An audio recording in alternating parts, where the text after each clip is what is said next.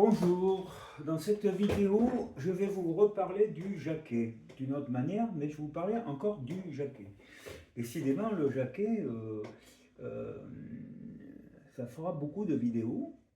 Pourquoi? Parce que le jaquet, sous l'appellation jaquet en France, mais on a vu que dans d'autres pays, le jaquet avait été joué, mais sous d'autres appellations, hein. Chaqueté en Espagne, mais bon, c'est pas sûr que ce soit encore joué, hein, puisque ce sont des règles anciennes que je vous ai sorties. Mais vous allez aussi avoir, par exemple, dans les jeux bien vivants, vous allez trouver donc le saka qui est donc une forme de jaquet très proche du jaquet, sauf que le talon commence à l'extérieur et non pas à l'intérieur. Mais on peut dire que c'est une forme de jaquet euh, qui se joue euh, en Thaïlande. Donc je vous renvoie à cette vidéo sur le Saka. Ensuite, très intéressant. Et ensuite, je vous ai parlé du Fevga. Le Fevga, il n'y a pas une vidéo qui s'appelle Fevga, mais il y a une vidéo qui s'appelle Tavli. Alors c'est donc un jeu grec. Et le Tavli, c'est un jeu de ce sont trois jeux de table que l'on joue de manière successive, trois jeux différents, et dont l'un s'appelle le Fevga. Le Fevga, c'est s'enfuir, c'est la fuite, et donc ce n'est rien d'autre que notre jeu de jaquet, c'est la même chose, quoi. À très peu, après, c'est des histoires de règles de bouchage, c'est tout, hein. Donc, euh, ce, ce qui change, entre le jaquet et le fevga, le tchakété, euh, c'est des règles concernant le bouchage. Le fevga, j'aurais pu dire aussi le multezim. Le multezim, c'est le nom qui est donné en Turquie. Alors, pareil, les histoires sont essentiellement des règles de bouchage. Autrement dit, pas grand-chose. Pourquoi? Parce qu'en plus, le jaquet a connu des règles que j'appelle modernes, ben bon, qui datent du fin du 19e siècle, début du 20e, sous laquelle on a défini des règles aussi de bouchage. Alors c'est optionnel, voilà. Bon. Ensuite, vous avez aussi des variantes. Alors des vraies variantes du jaquet que vous allez trouver sous le nom de jaquet de Versailles, parce qu'il a été inventé à Versailles. À Versailles, mais deuxième partie du 19e siècle. Et puis vous avez aussi le jaquet Matador. Alors je vous renvoie, alors le jaquet Matador, vous verrez cette vidéo si ça vous intéresse.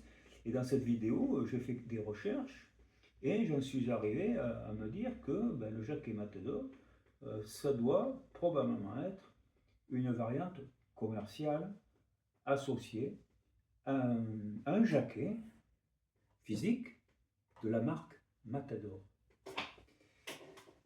Bon, c'est mon avis que vous trouverez dans la vidéo concernant le jaquet Matador, comme le jaquet de Versailles. Je vous explique qui sont les auteurs et je vous fais même un petit historique de ces auteurs, au moins d'un d'entre eux. C'est très intéressant, à mon avis, bien entendu. Mais est-ce qu'on en a fini? Alors, est-ce qu'on en a fini? Ben non, on n'en a pas fini parce que j'ai trouvé une autre règle. Bon, je ne faisais pas trop attention, mais il se trouve en Russie, est joué donc le Lanknard. Le Lanknard. Donc le Lanknard, donc Nard, c'est un jeu de table d'origine, je crois que c'est perse, syrienne. Bon, et qui joue antique, on va dire. Et le fait est que l'appellation reprise en Russie, et il y a le long nard, et puis il y a le court, le short nard. Alors le short nard en Russie, c'est quoi? Eh ben, c'est le bagamon, et le long nard, eh ben, c'est notre jaquet. Voilà. Alors, il est très intéressant en fait. Pourquoi? Parce qu'il d'abord il est très vivant. il est très vivant dans le sens où il est joué, il est beaucoup joué dans des clubs, fédérations de Langnard. Et lorsqu'il est joué en compétition, il a plus cette appellation de Langnard, mais il est appelé le Nard Gammon. Après, c'est pourquoi? Parce qu'on a utilisé des manières de jouer au backgammon en compétition qui sont appliquées au Langnard. Donc la base, c'est le Langnard, et le Nard Gammon, c'est la version compétition du jeu. Alors, je vais vous expliquer quelle est la différence entre le Jacquet et le Langnard. Donc, c'est la même disposition, bien entendu. Il n'y a pas de postillon.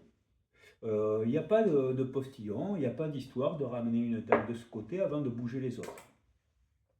Je rappelle qu'au FEFGA, on n'a pas besoin d'aller au 4e cadran, mais au 3e, ça suffit. Pareil pour le Multesi. Bon, ça c'est vraiment pas très important. Et donc, on ne fait pas ça au Langnard. On va jouer directement les dames du talon. Mais la différence qu'il y a entre le Jacquet et le Langnard, c'est qu'au Langnard, vous ne pourrez pas jouer plus d'une dame du talon à chaque coup. Donc, si vous désirez jouer une dame du talon dans un coup, vous avez des coups simples. Sur un coup simple, vous allez avoir 2 dés différents. Donc, vous allez tirer, si vous voulez, je dis au cours du jeu, une dame du talon et puis jouer une qui est en route. Mais vous ne pourrez pas en jouer 2 du talon. C'est très très différent, attention, ça change beaucoup de choses. Si vous faites un doublé, par exemple un doublé de 5, qu'est-ce qui va se passer? Vous allez pouvoir jouer, vous allez jouer 4 fois le 5, ça ne change rien. Hein. Donc 1 fois, 2 fois, 3 fois, 4 fois, vous arrivez ici.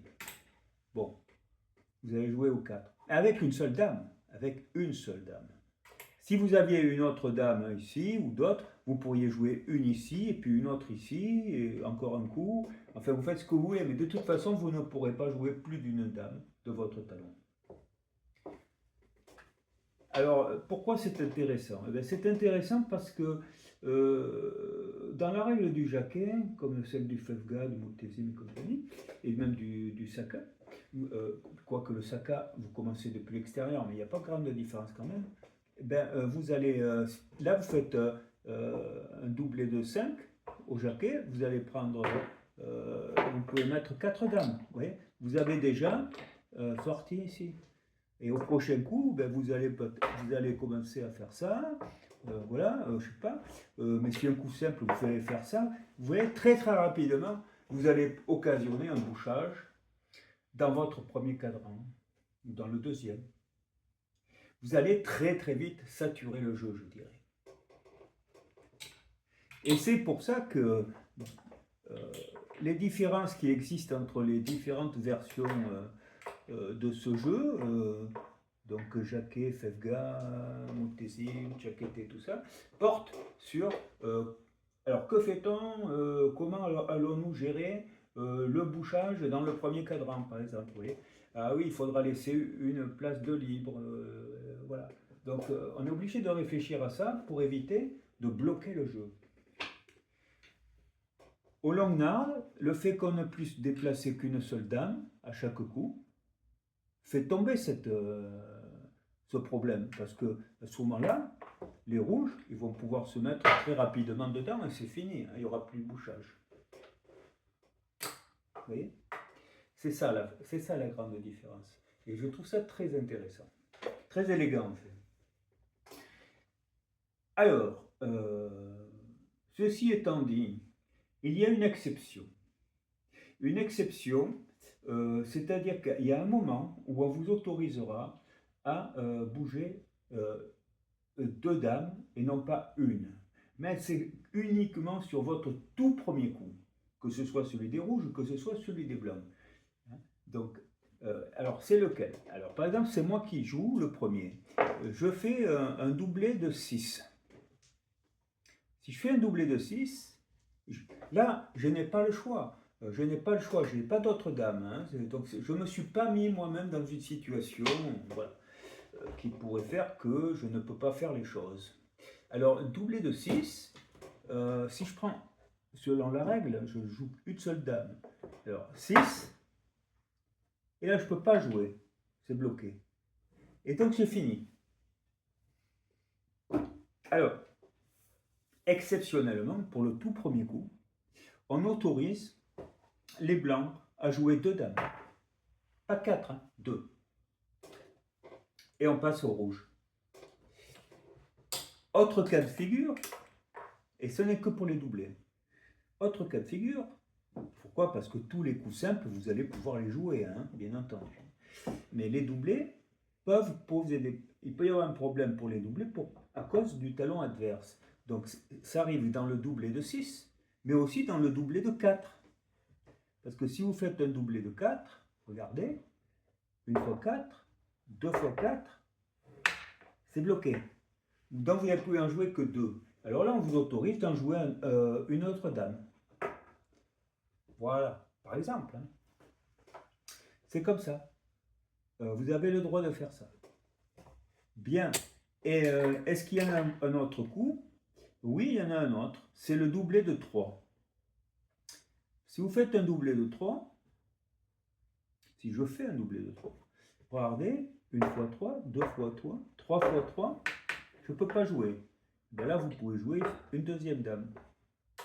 D'ailleurs, vous pouvez faire, si vous préférez, vous pouvez faire 2 dames et encore 2 dames ici. Et puis c'est tout. Après, quoi qu'il arrive, dans les coups qui vont suivre, vous ne pourrez jamais jouer qu'une seule dame du talon à chaque coup.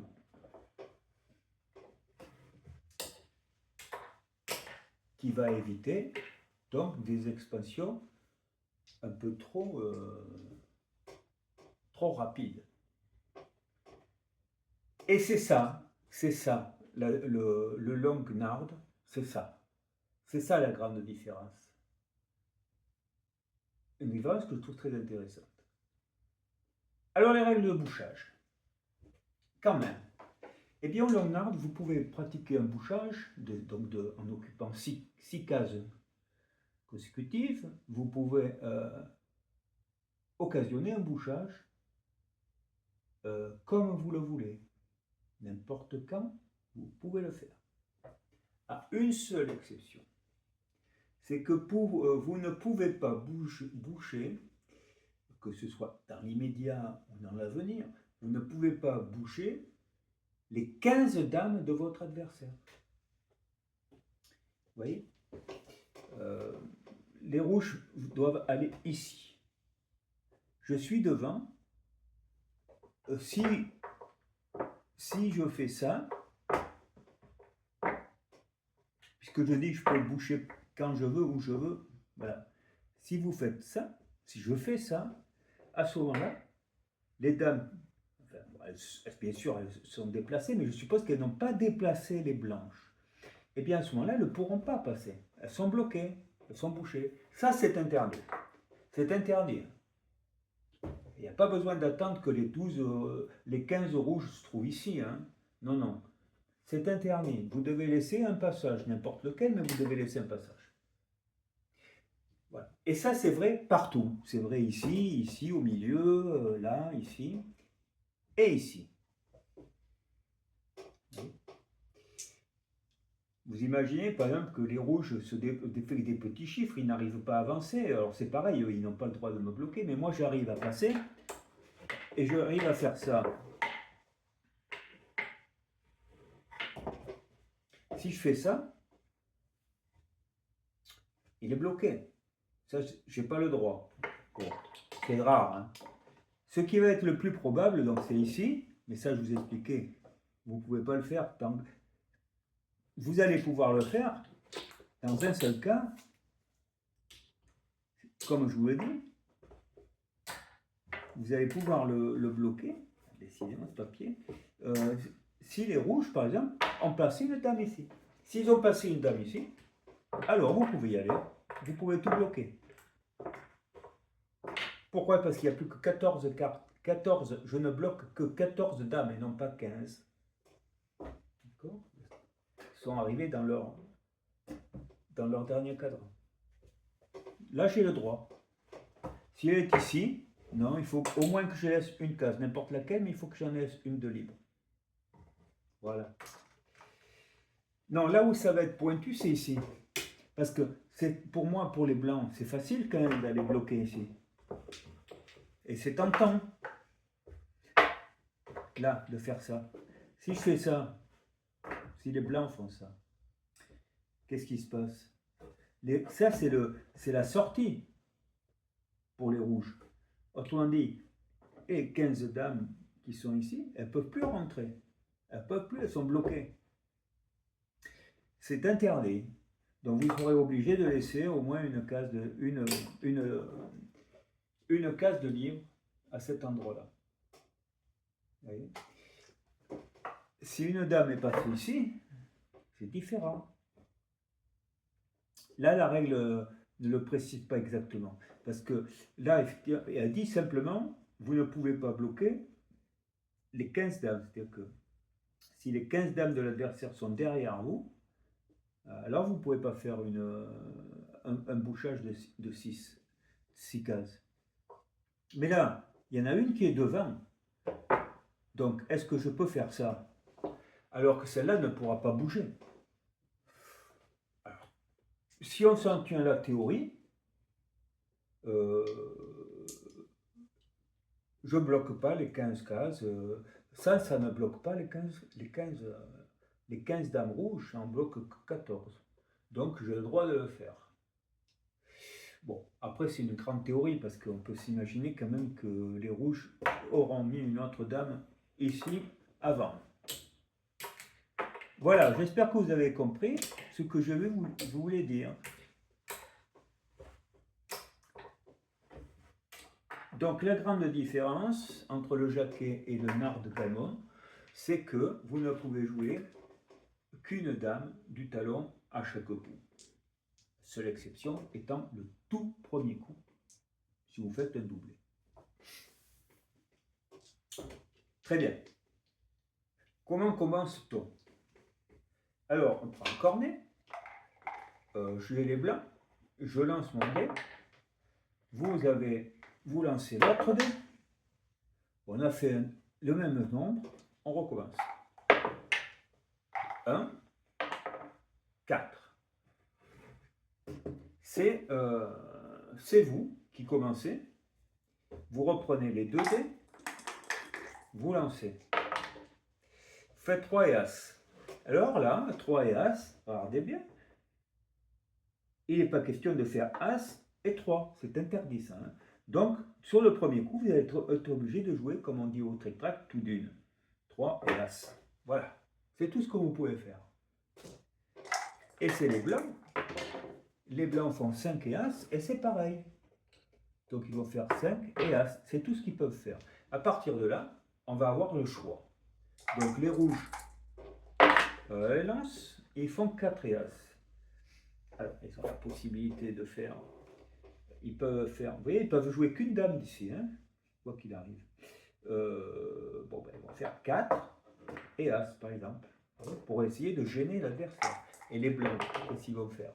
5 et As. 5 et As, vous voyez, si ce serait au Jacquet, vous mettrez 5 et As. Mais là c'est pas possible. Donc, vous serez obligé de faire, par exemple, As et 5. Par exemple, vous voyez. Allez, un coup pour les rouges, puis j'arrête. 6 et 5. Voilà, c'est intéressant, 6 et 5. Alors, 6 et 5. Alors, 6. Alors, une seule dame du talon. Hein. Vous, si vous voulez, vous n'en jouez aucune du talon hein, maintenant. 6, voilà. Et vous allez jouer le 5. Et là, vous faites 5. Voilà. Les blancs. Ah, alors les blancs font un doublé de 3.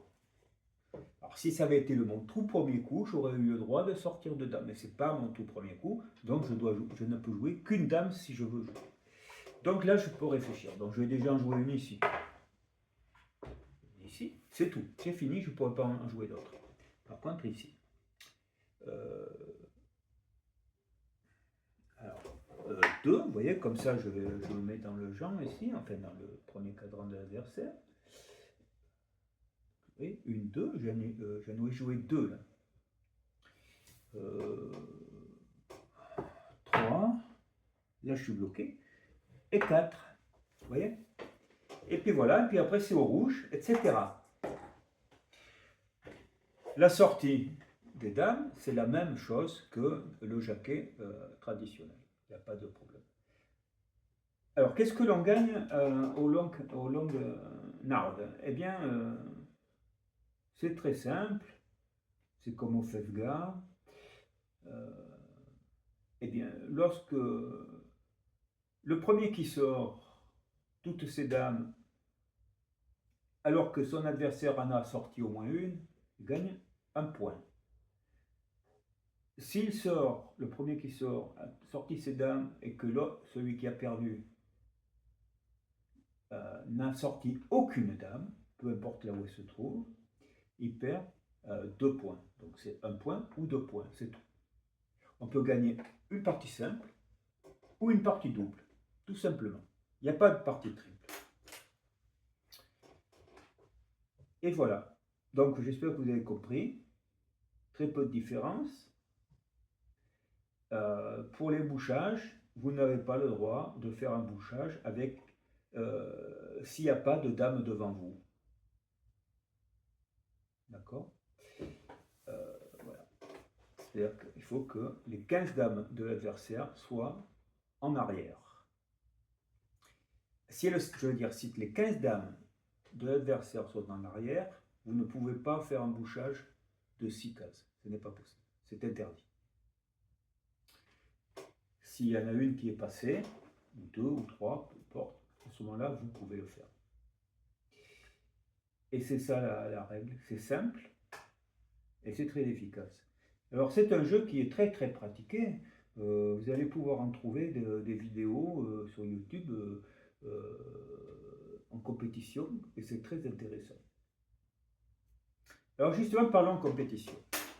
En compétition, le long nard prend le nom de nard gamin. Et j'explique pourquoi.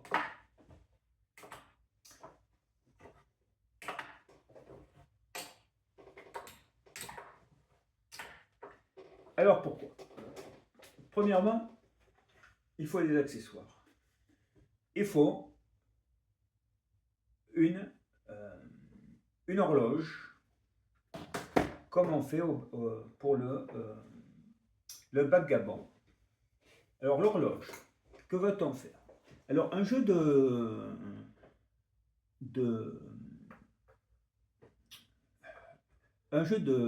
nard de gammon va se jouer de manière générale en 5 points ou en 7 points. Donc on va jouer autant de jeux qu'il faudra pour avoir 5 ou 7 points.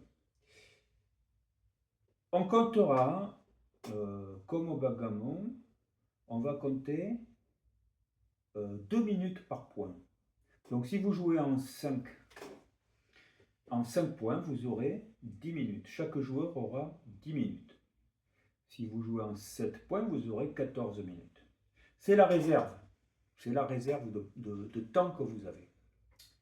Cependant, il faut savoir qu'en plus, lorsqu'il joue en compétition, de l'autre côté, l'opposé, ici, il va y avoir une tour à dés plastique, transparente de tous côtés. Pas de cornet. Les dés sont pris et sont jetés dedans. Elle tombe. C'est comme ça que ça fonctionne. Alors, ce mouvement prend du temps. Lorsqu'on joue au backgammon, la plupart du temps, on va jouer, on va le mettre dans le cornet, on prend le cornet, on tient comme ça et on lance. Ça prend plus de temps que de prendre les 2 dés et de les jeter dans la tour. Donc, ce qui veut dire qu'au backgammon, on va accorder à chaque coup un délai de 12 secondes au joueur pour compenser ce problème c'est plus de l'arrêt et il faut attendre que les dés s'arrêtent, donc ça prend un certain temps. Donc on dit bon, allez, 12 secondes. Au Nargamon, on va le raccourcir, probablement parce qu'on utilise une tour et on n'utilise pas de cornet. En général, ils font comme ça, et là, et c'est parti. Et donc, ça fait 8 secondes. Donc, vous compterez 8 secondes. À chaque coup, sur l'horloge, vous aurez programmé 8 secondes. Là, ici, il y a 12 secondes qui est programmé. Et vous programmerez ici, vous voyez, si vous commencez, vous allez dire, ici, vous mettrez en temps pour 5 points, vous mettrez 10 minutes, et ici, vous mettrez 8 secondes pour le délai. Le délai qui est décompté du moment, dès que vous appuyez, il y a un décompte de ces 8 secondes.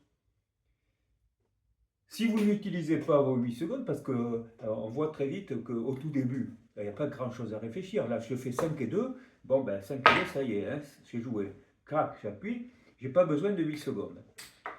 Alors, vous allez taper vite, ça sera avant la fin des 8 secondes. Mais du moment que vous avez arrêté, bon, ben c'est pas, vous n'allez pas, si vous avez utilisé que 4 secondes sur les 8, vous n'allez pas gagner 4 secondes, hein. Vous ne gagnez rien du tout, c'est tout. Voilà. Mais vous n'avez pas touché à votre réserve de 10 minutes. Voilà. Alors que si, dans un cas plus lointain, il vous faut de la réflexion et vous utilisez 10 secondes au lieu de 8, bon, ben là, il va y avoir, vous allez perdre 2 secondes sur vos 10 minutes, et etc. Et donc, ça incite à jouer rapidement lorsqu'il n'y a pas vraiment de réflexion à faire. C'est intéressant. Voilà. Alors, quelle est l'autre chose qui est apportée par le backgammon? Eh bien, c'est le dédoubleur. Bon, j'en ai pas avec moi ici. Bon, le dédoubleur, je vais quand même regarder, on ne sait jamais. Mais je doute. Je vais regarder, parce que j'ai quand même beaucoup de choses. Et si j'en ai un, je vous le montre. Mais j'en doute. J'en ai un, mais je ne sais pas où il est. Alors, il va bien. Comme quoi, oui, j'ai un peu de tout. Voilà le dédoubleur. Alors au début, ben, vous le mettez, voilà, vous pouvez le mettre sur 64 au milieu. Et à un moment donné, eh ben, un joueur, avant de lancer son CD, à n'importe quel coup, mais avant de lancer CD, il va proposer, en faisant comme ça, il propose à l'autre joueur de doubler. Donc la partie ne sera pas une partie à 1 point ou 2 points, ça sera une partie en 2 points ou 4 points. C'est comme ça qu'on va pouvoir monter plus vite. Hein. L'autre joueur accepte ou refuse. S'il refuse, eh ben, il aura perdu 1 point. Si on était au tout début, hein. Initialement, on jouait à 1 point ou 2 points. Bon, ben, si moi je propose de doubler, vous refusez, à ce moment-là, je gagne 1 point, c'est tout. Si on était par exemple arrivé à... Alors, si vous avez accepté de doubler, c'est vous qui avez... Vous prenez le dé, vous le posez là, d'accord? C'est comme un backgammon, hein. Et c'est vous qui aurez la possibilité de doubler à nouveau. Bon. Si on va jusqu'au bout, ben, ce sera 2 ou 4 points, bien sûr. Par contre, si vous dites à un moment donné que vous doublez, vous passez à 4, vous me le proposez. Voilà. Si je refuse, eh ben, j'ai perdu 2 points, puisque le dé était sur 2. Et si j'accepte, on est à 4. Donc ça sera 4 ou 8. Voilà. Donc vous pouvez jouer en 5 points ou 7 points. Donc je vous dis, si vous jouez en 7 points, alors ça n'aura pas 10 minutes, mais 14 minutes. Par contre, les 8 secondes seront les mêmes. Après, il y a une question de gestion de l'horloge lorsqu'on réfléchit, tout ça. Voilà. Quand vous avez fini, vous n'êtes pas arrivé, vous n'êtes pas obligatoirement arrivé au total nécessaire pour gagner la partie. Ça peut être 5 ou 7. Bon, vous n'êtes pas arrivé, donc on va recommencer une autre partie. Donc on va remettre les dames, on met sur pause bien sûr, on remet les dames en place, on garde, quand je disais 10 minutes par exemple, les 10 minutes c'est pour toute la partie, hein, c'est pas pour un point ou 2 points, c'est pour tout. Donc puisqu'on a dit c'est 2 minutes par point. Donc lorsque vous ensuite vous allez rejouer, vous allez arriver à la fin, comme ça, on va tout remettre au départ, et on va recommencer. Chacun va lancer un dé pour savoir qui va commencer. C'est pas celui qui gagne qui reprend. C'est comme ça. Il faut relancer les dés. Et puis, eh bien, on recommence. Et alors, on relance l'horloge comme il faut. Et puis, et c'est parti. Et voilà comment ça se joue, le nard de Gammon. J'ai quand même vu quelque chose, c'est que j'ai bien l'impression qu'au nard de Gammon, et ça j'en suis même sûr, par rapport au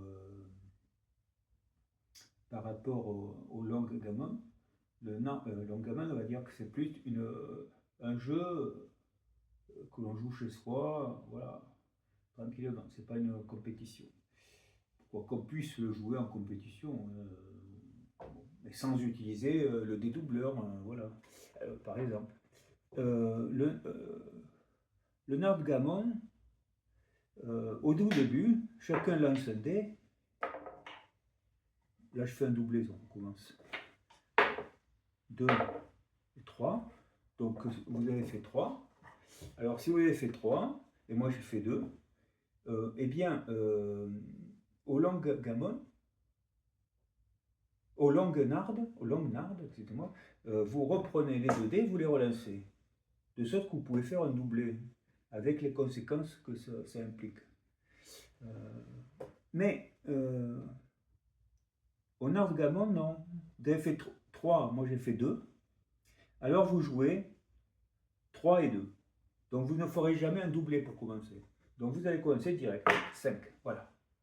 Puis ça sera à moi de jouer les blancs. Alors là, avec une tour. Hein. Donc là, je fais un doublé de 6. Vous voyez, doublé de 6. Et là, la règle pour moi, là, à ce moment-là, elle marche. Pour vous, elle ne pouvait pas marcher, vous ne pouvez pas faire de doublé. Donc doublé de 6, je vais pouvoir jouer une dame et une deuxième. Et c'est le seul cas où je pourrais jouer 2 dames de mon talon.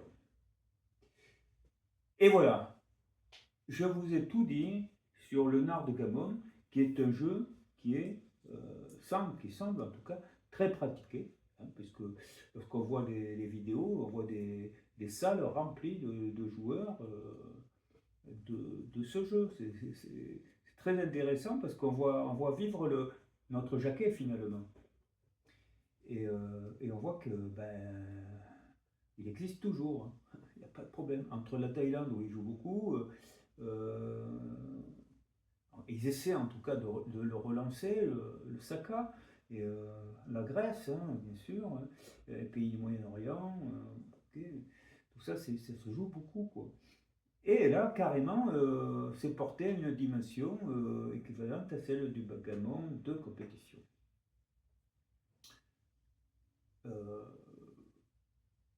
Voilà, je vous ai tout dit. C'est ma version préférée.